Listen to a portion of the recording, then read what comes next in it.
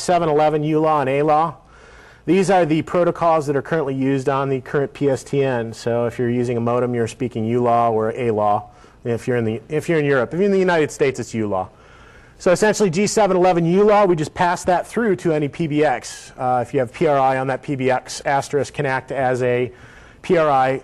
We can act as a switch and switch that call out. So as far as your PBX is concerned, you just see an NI2 switch on the other side, which is kind of nice. We do all sorts of crazy stuff with that. G726, 723. If you really, really, really want to impress your friends, you can sound like Mr. Roboto by using LPC10. That is a protocol that I think is like 4K of overhead. How do you fit voice in 4K? Listen to it, you'll find out. Very bad, but there are people that call in over satellite links from the conference, and I have no idea what the hell they're talking about. But G729A is probably the best balance between compression and sound quality. It's cell phone quality is what I like to call it, but it's an 8K of overhead.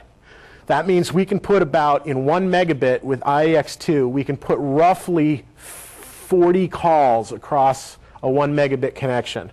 You got 5 megabits on your cable modem? That's great. Down. Up, you got what, 256, 512? Well, okay, so maybe you can support 20 calls at home on your cable modem with G729. It is a licensed codec. You do have to buy it from Digium, or if you're, want to, you can go and buy or get the precompiled stuff from non-extradition countries that have it precompiled. I won't mention where you can get those, but they're out there. Applications in Asterisk. Asterisk includes this thing called the AGI, or Asterisk Gateway Interface, which is essentially very similar to CGI. And AGIs basically take standard input and standard output and do stuff with them. So you can basically have an asterisk command in your dial plan that says, go out and page Bob that Joan called, and send it out and come back in, and then send Joan into a meet me room until Bob calls back. So it basically lets you interact with shell scripts, whatever your language is. If it speaks standard in, standard out on Linux, you got it. You want to write it in Python, be my guest. There's something that's just come out at AstriCon in September called Fast AGI, which lets you attach that to a socket. Now, the beauty of this is that basically if you have a large number of Asterisk servers that are all speaking AGI, you can then put your central processing on a big box or cluster of servers, again using some of the high availability and load balancing stuff that David was talking about early, and take all of your application overload and just leave the boxes on the gateway to speak to the PSTN and talk to your clients, and have all your application processing out in the rest of the world. How am I doing on time, by the way? 30 minutes. OK, cool. Just some simple commands like answer. Anybody want to venture a guess what that does to a channel? Hang up. You're wrong. It doesn't hang up. It only hangs up when I program it, it hangs up.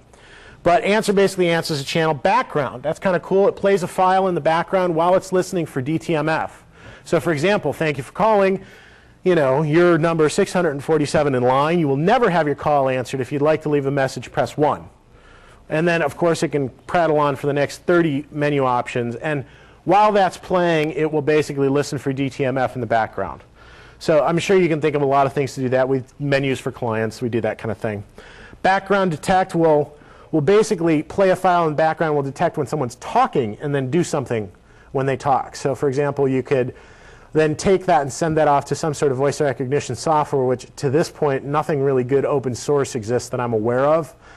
If anybody can prove me wrong on that, please do, because we would love to have basically voice command in Asterisk, but we don't have it yet. I think it's relatively okay if you use a small dictionary. For recognizing speech? Yeah. Okay. I mean, if you have like 0 through 9, or last year we did swear words. That is perfectly fine. Can I get that dictionary? Voice over audible cuss words. Yes. TCP over swear words. That's an RFC right there. TCP delivered by Tourette's. Almost as good as the TCP by carrier pigeon RFC. Busy, indicate busy conditions and stop. When you get a call from your ex-girlfriend, the anti-ex-girlfriend logic, as it's called in the community, and you don't want to hear it, you can just give her a busy signal. Or in my case, I had mistakenly given my wife's phone number to a photography studio who called about our kids, and they called every single day for 6 weeks at dinner time. Finally, I said, I want that phone number, and I basically played an out-of-order tone for them. So I recorded an out-of-order tone from the network, and when they called, they got, beep, you have been this number has been disconnected. All right, the sound pretty cool so far, but how thick is the manual? It sounds pretty scary already. Documentation? This is open source. What manual? Let me rephrase that. How hard is the UI? The UI is pretty simple once you get into it. It's brain dead. Oh, DI. Yeah, the manual is spelled source, S-O-U-R-C-E. No, actually, and that's kind of a joke. There is an Asterisk Docs project at asteriskdocs.org. The more features you have, the more complicated it becomes to do it. That's right. And of course, developers hate documenting their code, so most of the stuff in head is not documented unless you read the source. However, stable, and I will suggest this, asteriskdocs.org is an open, community-driven documentation project, which is fantastic. Blitzrage, Leif Madsen, and the other guy, Steve, and I can't remember his name, they roomed with me down in Atlanta, and they have just done, I was not even aware of their project until they did a speech on it, but it blew me away. They're using DocBook, and they're using CVS as the back end, so you can check out specific chapters, and if something doesn't work, fix it and recommit it. And it builds PDF and all sorts of text and HTML and all sorts of different versions. I'd encourage it, asteriskdocs.org. Check it out. It's really cool. Then also is another gentleman that runs the voipinfo.org wiki, voip-info.org, or voip-info.org wiki, which basically is the other source of collective knowledge. If you want to know about how to get Asterisk to work with, for example, Cisco. Would anybody believe that Cisco implemented a non-open power over Ethernet standard for their phones? No. Shocked. I was, and I was pissed. So I wired up a cable to make it work with a standard PoE injector. So far, my phones haven't fried, but that's on there. For example, just how to make a Cisco power over Ethernet cable with a power over Ethernet injector. All sorts of good stuff is up there.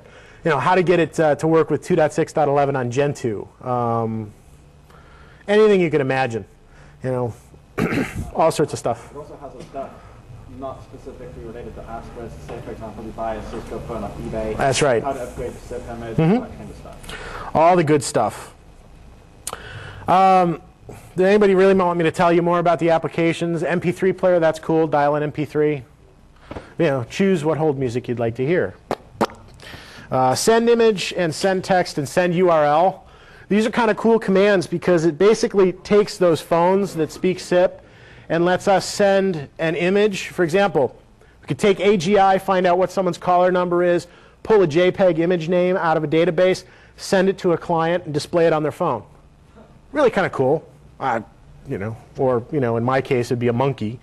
But send a URL. We can send a URL to screen pop to a daemon listening on a workstation and then pop up, FARC, for example. System. Execute a system command. Oh, gotta love that for security, right? If you are concerned about law enforcement raiding your house, dial 99 to RM-RF.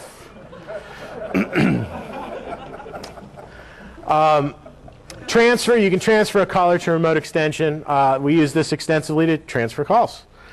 Voicemail, it has a pretty robust voicemail system. It's on its third implementation right now, and I got to tell you, it's okay, and it works. It's better than most of the commercial ones out there. But man, I just want really cool things like having access to my voicemail box from IMAP, which is something that no commercial vendor would ever consider doing, but I want to do it. And so we've talked about stuff like that and just talked about all sorts of wacky things. Voicemail system is really cool. It'll email you your voicemails and say, you got a 3-minute call from Bob, this phone number, suggest you check it out, click here to listen to the attachment, and boom, you got it. Question? Is this to an extent that you could put it in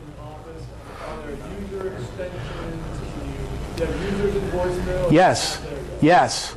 And virtual voicemail systems that can have virtual, you can segment it. So if you want to do a virtual PBX service, such as what we do with N2Net's Univoice product, you could use Asterisk to do that. So you can basically create different contexts of users within voicemail. That leads me to the next question. Is backended by an LDAP? No. It could be, if you'd like. With real-time is designed to basically take any configuration data from a middleware layer that you could define what the backend is. So if you wanted to write an LDAP backend to plug into real-time, that would probably be trivial the way they've implemented it in CVS Head. And in fact, somebody was talking about LDAP. I don't know what the hell they were talking about, directory services or something like that with LDAP. I mean, why would you want to do directory services in LDAP? I mean, it's designed for that. Of course, most people don't ever use stuff for what it's designed for. Dial, place a call and connect to the current channel. This is what you do. If, for example, we want to dial 619-2000 and you want to call me, you just use the dial command. Directory provides a directory of voicemail extensions. This kind of gets to your point. Can you create different extensions for users and all that? Yes, you can. Dial by first name, dial by last name. Let's see. Music on hold. The entire music on hold system in stable is based on MPG-123.